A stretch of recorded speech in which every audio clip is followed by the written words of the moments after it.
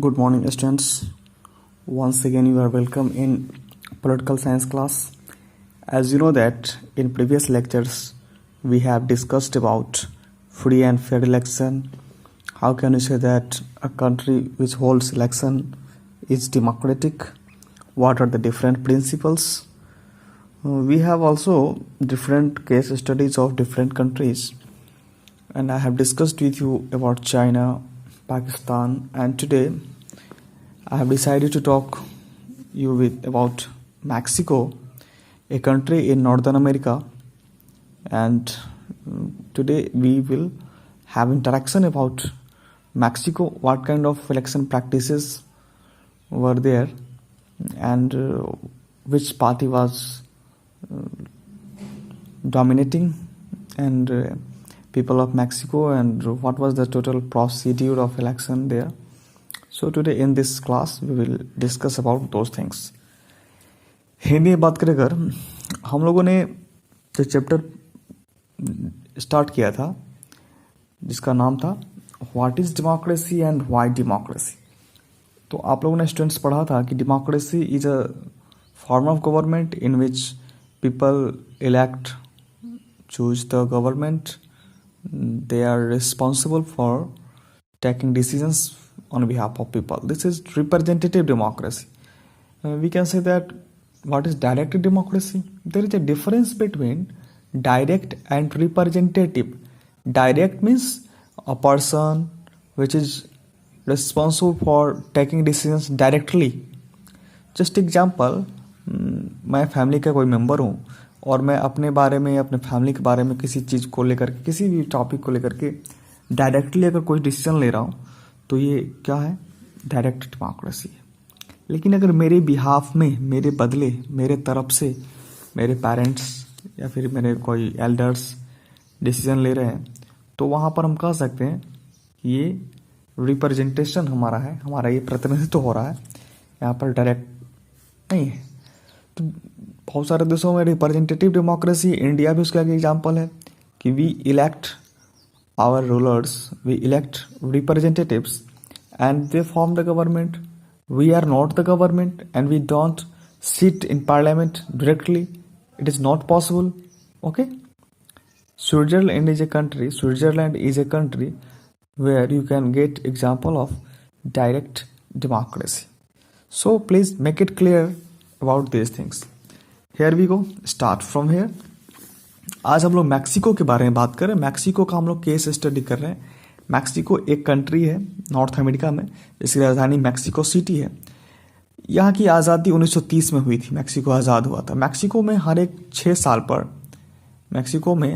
साल पर चुनाव लड़ा जाता है और after every 6 years election helds there and people choose their president through the election. This is the procedure of Mexico. Okay, but until 2000 2000 तक 1930 से लेकर 2000 ईस्वी तक election was won by a single party that is called PRI, Institutional Revolutionary Party. कहा जा रहा है कि मैक्सिको में 2000 ईस्वी तक 1930 में उसका इंडिपेंडेंस हुआ, उसके बाद से लेकर के 2000 तक एकमात्र सिंगल पार्टी जिसका नाम है PRI, इंस्टीट्यूशनल रिवॉल्यूशनरी पार्टी, ही चुनाव जीतती रही.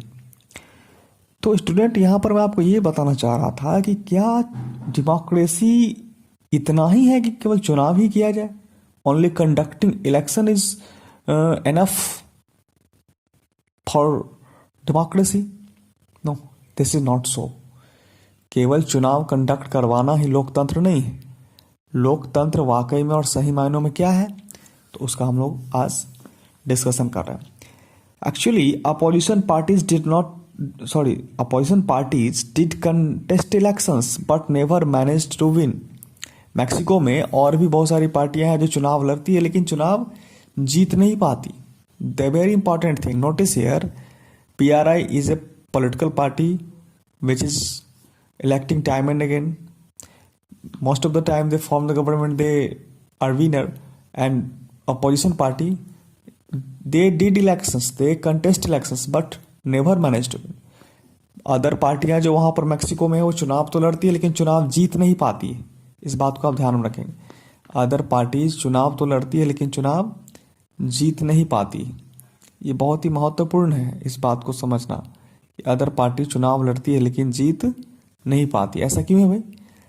इसका हम लोग उत्तर तलाशेंगे।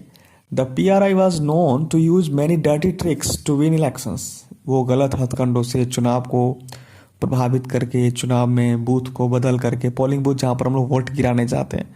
इलेक्शन एक हमारे चैप्टर है 4 जिसमें हम लोग पूरी डिटेल में बात करेंगे इलेक्शन के बारे में, बहुत ही शानदार तरीके से उस पर चर्चा करें।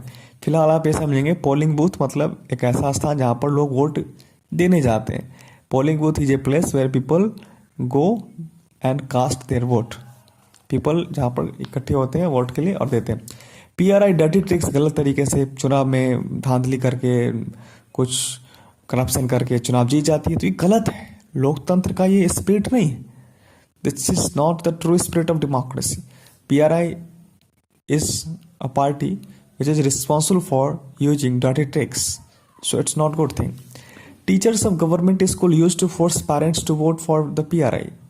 वहाँ पर जो ऑफिशियल्स हैं, सरकारी दफ्तरों में जो कार्य करने वाले हैं, या फिर जो मिलिट्री के लोग हैं, या फिर जो भी गवर्नमेंट एम्प्लॉयज़ हैं, वो फोर्स करते हैं वहाँ के स्टूडेंट्स को, पेरेंट्स को, कि आप अपना वोट किसको करें, आप अपना वोट PRI को करें। कैंपेनिंग में बहुत सारा रुपया खर्च करती है PRI, वहाँ की जो पार्टी है। इंस्टीट्यूशनल रिवॉल्यूशनरी पार्टी मैक्सिको की बहुत सारा पैसा एक्सपेंस करती है अपने इलेक्शन कैंपेनिंग के ऊपर, ठीक है ना। मीडिया भी जो है वहाँ पर पार्शियल है। मीडिया क्रिटिसाइज करता है केवल अपोजिशन को, PRI के गलतियों को, उसके गंदगी को, उसके करप्शन को वो हाईलाइट नहीं करता है। बजाय इसके वो मीडिया के पर्सन्स जो है, मीडिया पर्सनल्स जो हैं, वो क्रिटिसाइज करते हैं अपोजिशन पार्टी को। तो ये कितनी बुरी बात है और कितना ये मतलब it's not healthy, because you know that students, media is considered the 4th pillar of democracy. Media लोकतंत्र का चौथा स्तंभ माना गया है। फर्स्ट, सेकेंड, थर्ड जो है वो आपको मैं बता ही चुका हूँ, legislative, executive and judiciary. Media is the 4th pillar and in this case, in case of Mexico, media क्या कर रहा है आप देख पा रहे हैं ना। अपोजिशन पार्टी का ही क्रिटिसाइज करता है, उसका ही लेग पुलिंग करता है, और मीडिया अपोजिशन पार्टी की एक्टिविटी को हाईलाइट नहीं करता है। अपोजिशन के बिना डेमोक्रेसी की कल्पना करना ही बेवकूफ़ी है। पीपल को पॉलिटिकल अल्टरनेटिव्स चाहिए। समझेंगे इसको। अगर महेंद्र सिंह धोनी कप्तान है इंडियन टीम का, तो हमको एट द सेम टाइम एक दूसरा विकल्प भी रखना पड़ेगा। मान लेते हैं कि महेंद्र सिंह धोनी का परफॉर्मेंस अभी ठीक चल रहा है, कल खराब हो जाए, तो हमें विराट कोहली को तैयार किया, उसका विकल्प तलाशा था हमने। आज विराट कोहली, उसका भी विकल्प रोहित शर्मा है। तो वहां से आपको ये समझने के लिए मैं कह रहा हूँ रेफरेंस के तौर पर कि we will have optional reference, we must have political alternatives, different options, different kinds of political alternatives is required। Hindi में बात करें अगर, चुनाव में डिफरेंट पॉलिटिकल पार्टी का रिप्रेजेंटेशन होना चाहिए, अलग अलग सरकारों का चुनाव होना चाहिए। अगर जनता चाहती है कि इस बार इस पार्टी की वो रवैये से या उस पार्टी के डेवलपमेंट से खुश नहीं है या उसके कार्य से खुश नहीं है, तो अगले चुनाव में उसको बदलने का मौका तो मिलना चाहिए। अल्टरनेटिव तो होना ही चाहिए ना, मैं यही कह रहा हूँ। ऐसा नहीं होना चाहिए कि एक को मैंने चुन लिया तो वही फिक्स है। It is not the true spirit of democracy, it should be changed. Okay, sometimes polling booths were shifted from one place to another in the last minute. PRI party के द्वारा वहाँ पर मैक्सिको में last moment पर, अंतिम वक्त पर, चुनाव के समय में पोलिंग बूथ बदल दिया जाता है, अपने हिसाब से पोलिंग बूथ को भी तय किया जाता है। तो ये कैसी बात है और ये कितनी अच्छी बात है, आप समझ सकते हैं इसको। अब मेरे दिमाग में और आप सबों के दिमाग में एक सवाल जरूर उठ रहा होगा, एक क्वेश्चन यहाँ पर मैंने इसीलिए क्वेश्चन लिखा कि should we consider the elections described above. जो ऊपर में मैंने आपको इलेक्शन का दृश्य बताया कि हर एक 6 साल पर चुनाव होता है, प्रेसिडेंट का चुनाव होता है मैक्सिको में। मैक्सिको एक ऐसा कंट्री है जो अपने बीच के लिए वहाँ मशहूर है, लार्जेस्ट इकोनॉमी है वो अमेरिका के अंदर, बहुत ही पॉपुलर है आज के डेट में। लेकिन वहाँ की जो प्रैक्टिसेस रही हैं 2000 तक, 1930 से लेकर के, वो कैसी रही हैं? PRI डर्टी ट्रिक्स यूज करके चुनाव जीत जाती है, इन्फ्लुएंस करती है लोगों को। वहाँ के गवर्नमेंट ऑफिसर्स जो हैं, टीचर्स जो हैं, ऑफिसर्स जो हैं, वो प्रेशराइज करते हैं पेरेंट्स को या फिर अदर लोगों को कि you have to cast vote for PRI। Is it good? No, it is not good. Media भी वहाँ पर एक तरह से आप कह सकते हैं कि पार्शियल है। मीडिया को पार्शियल नहीं होना चाहिए। मीडिया से लोगों को काफ़ी उम्मीदें होती है। मीडिया को हमेशा इम्पार्शियल होना चाहिए, उसको पक्षपात, उसको बैस्ड नहीं, उसको अनबैस्ड रहना चाहिए। मीडिया को एक अंपायर के तौर पर काम करना चाहिए, लेकिन वो वहाँ पर प्रेजुडिस्ड है, वो प्रीऑक्यूपाइड थिंकिंग से ग्रसित है। खैर, उसके बारे में चर्चा करेंगे। तो should we consider the elections described above as examples of people electing their rulers? No. You can find it out. This is the homework of today. You have to write down the actual answer. What is the real answer? Should we consider the elections described above is the example of democracy or electing rulers? क्या है इसका answer? आप लोग आज यही लिखेंगे और मुझे बताएंगे व्हाट्सएप के थ्रू। हम लोगों ने प्रीवियस डे यानी कि मैंने सैटरडे को बात किया था कि in China the elections do not offer the people any serious choice. China में क्या है, एक ही सिंगल पार्टी कम्युनिस्ट पार्टी की चुनाव में जीत होती है, एक सिंगल पार्टी का राष्ट्रपति होता है। शी जिनपिंग चाइना के राष्ट्रपति है फिलहाल। चाइना वही कंट्री जहाँ से कोरोना वायरस का ये महामारी पूरी दुनिया में फैला हुआ है, मैं वहीं की बात कर रहा हूँ। चाइना में क्या है, लोगों के पास अलग चॉइस नहीं है। Autocratic, unitary, sometimes you can say also dictatorial. तो single party is influencing the entire nation. Is it good? Is it the true spirit of democracy? You have to find the answer. I have given you all the examples which is essential to understand. Next, in the Mexican example, people seemed to really have choice, but in practice, they had no choice. Mexico में क्या लगा लोगों को, वहां पर और party तो है, अपोजिशन तो है, लेकिन क्या अपोजिशन की बात होती है? क्या अपोजिशन चुनाव जीत पाता है? क्या मीडिया उसके बारे में बात करता है? नो, ये सभी चीजें वहां पर नहीं होती है। तो केवल इलेक्शन कंडक्ट करा लेना ही डेमोक्रेसी नहीं है। चुनाव हो रहा है, चुनाव वहां की प्रक्रिया चल रही है, तो इसे लोकतंत्र हम कह देंगे उसको, या फिर उसको ट्रू स्पिरिट मान लेंगे, तो ऐसी बात नहीं है।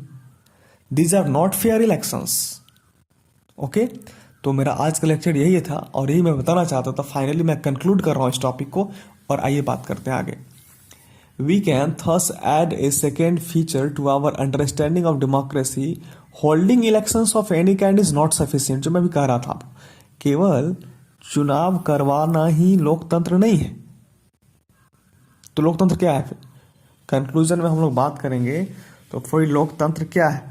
The elections must offer a real choice between political alternatives, and it should be possible for people to choose their choice and remove the existing rulers. जनता के पास बहुत सारे मौका मिलना चाहिए। जनता के पास ये अपॉर्चुनिटी होना चाहिए कि उसको एक पार्टी नहीं बल्कि कई सारी पार्टियों का ऑप्शन मिलना चाहिए, जिससे कि वो अपने अल्टरनेटिव को चुन सके। अगर कोई पार्टी अच्छी नहीं है या अच्छा काम नहीं कर रही है, सरकार अच्छी नहीं चल रही है, तो उसको बदलने का भी मौका मिलना चाहिए। पॉलिटिकल अल्टरनेटिव तो होना ही चाहिए। पॉलिटिकल फील्ड में, पॉलिटिकल सिनारियो में पॉलिटिकल पार्टीज का एक अल्टरनेटिव होना ही चाहिए, एक या उससे अधिक भी होना चाहिए। तभी जाकर के हम कह सकते हैं कि वहाँ पर चूज और चॉइस और रिमूव और सिलेक्ट और इलेक्ट की जो बात होती है वो हो पाएगा। अगर मान लीजिए किसी व्यक्ति को किसी को चुनने का मन नहीं, उसको बदलने का मन है, एग्जिस्टिंग जो रूलर है वो अच्छा नहीं है, तो उसको हम बदले, रिमूव करें, तो ऐसा होना ही चाहिए। तो finally I would like to say that a democracy must be based on a free and fair election. Students, मैं बार बार फोकस कर रहा हूँ, free and fair. Free and fair election क्या आपको मालूम है? इसको कौन पॉसिबल करा सकते हैं? Free and fair election. Election commission is responsible for conducting free and fair election. आपको मैंने इलेक्शन कमीशन के बारे में कहा, इसके बारे में पढ़ाऊंगा, एक पूरा चैप्टर ही है इलेक्शन कमीशन और इलेक्शन के बारे में। फिलहाल आप यही जानिए कि इलेक्शन कमीशन की रिस्पॉन्सिबिलिटी है कि चुनाव को लोकतांत्रिक तरीके से फ्री एंड फेयर कराए और जनता को सही अपॉर्चुनिटी मिलना चाहिए, और उसको ये ऑफर भी करना है अल्टरनेटिव्स के रूप में, पॉलिटिकल अल्टरनेटिव्स मिलना चाहिए, जिससे कि वो एक पार्टी को चुनने के लिए मजबूर ना हो। उनके पास बहुत सारा विकल्प खुला होना चाहिए, क्योंकि जनता को चुनने का अधिकार है तो वो अलग अलग लोगों को भी चुन सकती है। जरूरी नहीं कि एक ही व्यक्ति को चुनाव करे, तब तो वहां पर डिक्टेटरशिप है। ठीक है ना? तो यही मैं कहना चाह रहा था कि democracy should be based on free and fair election, not should be, it must be, and where those currently in power have a fair chance to lose. वहाँ पर जो चुनाव जीत चुका है एक बार, उसको हारने का भी सबक सिखाना ही चाहिए, जिससे कि उस व्यक्ति को, उस पार्टी को पता लगे कि मैं चुनाव हार भी सकता हूँ, एट द सेम टाइम मैं चुनाव जीता हूँ अगर। क्योंकि उसको ये घमंड नहीं होना चाहिए, उसको ये एरोगेंस नहीं होना चाहिए कि मैं ही चुनाव जीत सकता हूँ। जैसा कि PRI पार्टी जो मैक्सिको की थी, उसका हम लोगों ने केस स्टडी किया, वहाँ का जो सिचुएशन था मैंने पढ़ाया आपको। And I hope that you must have enjoyed this class. And if you have any query, any question in your mind, you may ask. You have my WhatsApp number, you can comment over this video. And for today's homework, I have earlier given you today's homework. Should we consider the elections described above as examples of people electing their rulers? चुनाव कैसा होना चाहिए, free and fair election का criteria क्या है, कौन से चुनाव को हम सही मानेंगे, कौन सा चुनाव सही नहीं है, इन सभी सवालात के साथ मैं आपको छोड़ के जा रहा हूँ और आप इसका उत्तर तलाशेंगे। मैंने सारे नोट्स भी प्रोवाइड कर दिए आपको और मैंने जो समझाया उसको आप समझ गए होंगे, मैं ऐसा उम्मीद करता हूँ। Thank you very much.